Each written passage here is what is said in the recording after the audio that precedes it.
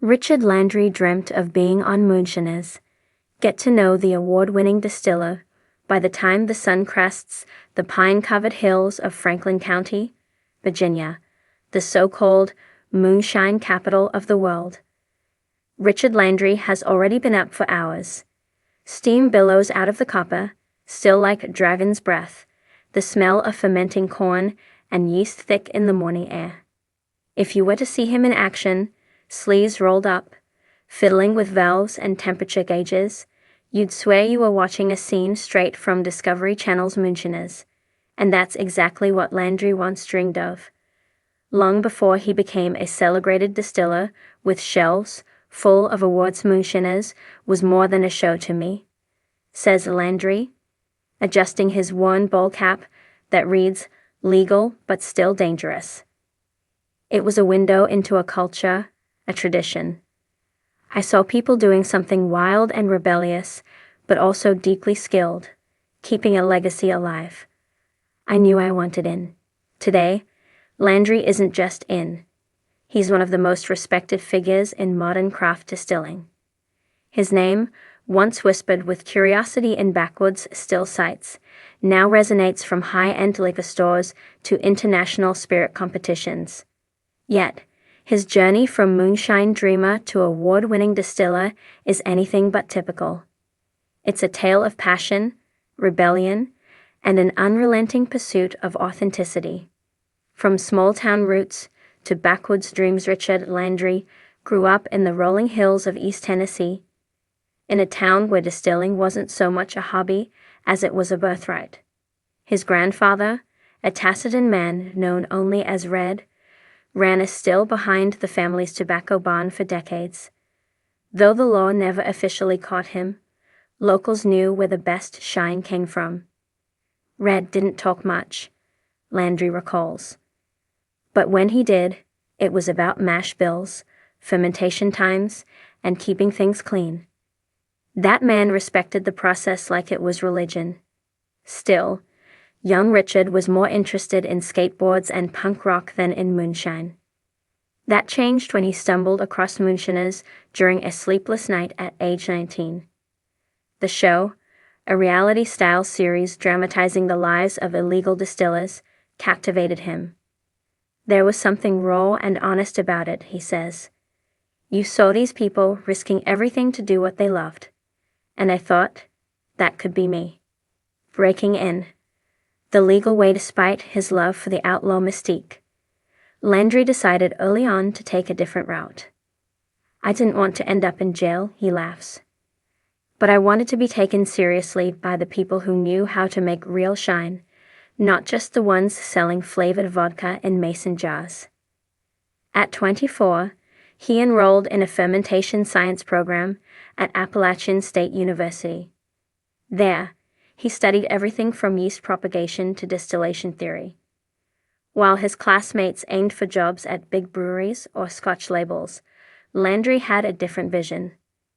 I wanted to build a bridge between old-school moonshining and modern distilling, he explains, to show that you can be legit and still honor the craft.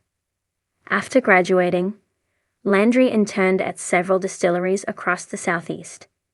He learned bourbon techniques in Kentucky, experimented with rum in Louisiana, and even spent time in a Canadian distillery learning about ice distillation. But it wasn't until he launched his own brand, Landry's Rebellion, in 2017 that his vision truly came to life. Landry's Rebellion, not just a brand, a manifesto. Hen Landry founded Landry's Rebellion Distilling Co. It was more than a business decision.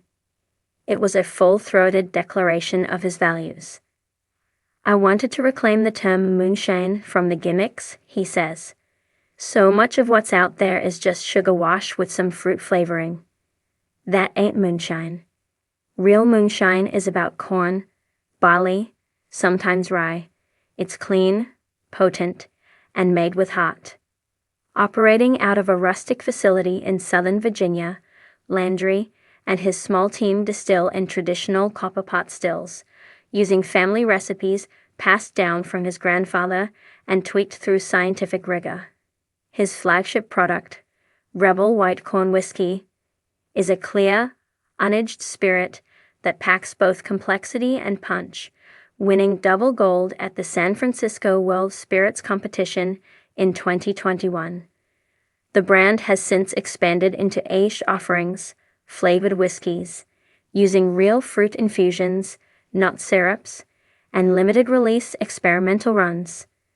But Landry insists that the core remains the same: authentic methods, local ingredients, and respect for the roots. Recognition, respect, and a few TV calls says Landry's rebellion gained national attention. So too did Richard himself. Featured in American Distiller, Whiskey Advocate, and even NPR's All Things Considered, he became an unofficial spokesperson for the new generation of legal moonshiners, those who combined backwoods knowledge with modern mastery. Ironically, the producers of Moonshiners came calling in 2020, asking if Landry would consider joining the show. He declined. I was honored, sure, he admits. But I felt like I had something to prove on my own terms. Plus, let's be real, it's a TV show. A lot of it is dramatized. I didn't want people to think I was just playing a part. Still, Landry doesn't discredit the role the show played in his journey. If it weren't for Moonshiners, I might never have started down this road, he says. It lit the fire. Teaching the craft, preserving the culture today, Landry splits his time between distilling, teaching workshops, and traveling for tastings and events. His distillery hosts weekend tours that are part history lesson, part sensory experience. Visitors walk through a working still house, sample mash straight from the fermenters, and get to taste spirits at various stages of production. One of my favorite things is watching someone who's only ever had flavored moonshine from a tourist shop taste real white corn whiskey for the first time, he says. Their eyes light up. It's like they've discovered fire. He's also become an advocate for small distillers' rights, lobbying for lower excise taxes and simplified permitting processes. There's too much red tape keeping good people from doing good work, he says. We need to make it easier for honest craft to thrive. The moonshiner who made it for a man who once dreamed of sneaking through the woods with a jug of white lightning. Landry has come a long way. Yet, at his core, he's still that kid watching Moonshiners, eyes wide, heart pounding. I never wanted to be famous, he says, leaning against a barrel-marked Rebel Reserve, age 4 years. I just wanted to make something real, something that mattered. And if I've done that, even just a little, then I've done my job. With more awards on the shelf and expansion plans in the works, it's clear Landry's journey is far from over. But whatever comes next, one thing is certain. Richard Landry may not be on Moonshiners, but he's living the dream, one drop of rebellion at a time.